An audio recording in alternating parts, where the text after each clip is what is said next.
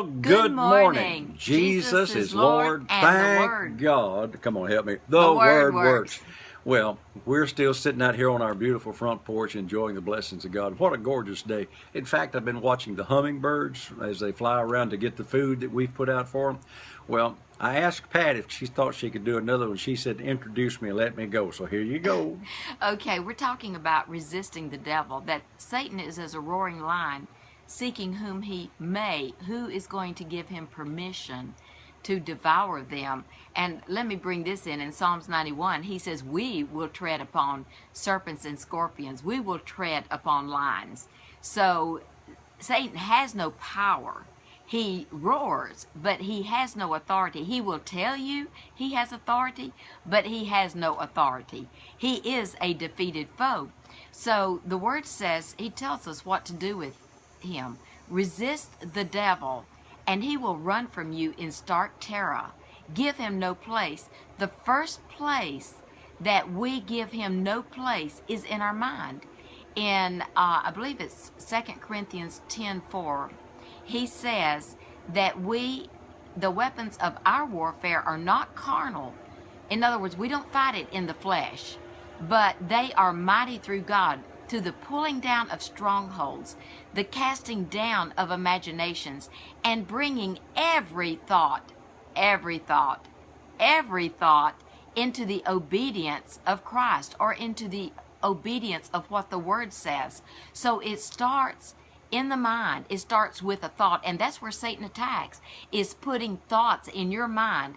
Just for instance, he will say, well, you know, your father had this, your mother had this, and therefore you're going to have this. Right, no, you know, it runs in the genes. It runs in the genes. But It runs in the family. But I got new genes. That's I got new blood. Come on, preach. That's exactly right. Then you have to stop and say, no, wait a minute.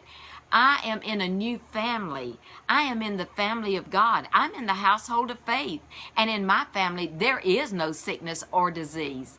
There are no accidents in my family. You know, Satan will come along and say, oh, your children are going to do this or that. No, wait a minute. The angels had been given charge over them. I remember when each one of mine learned to drive, I went to Psalms 91 and I meditated on that, so that I had the faith to believe that they would not have any accidents, that God would protect them everywhere they went. So mainly you was resisting the devil. The devil in your mind. Now watch this.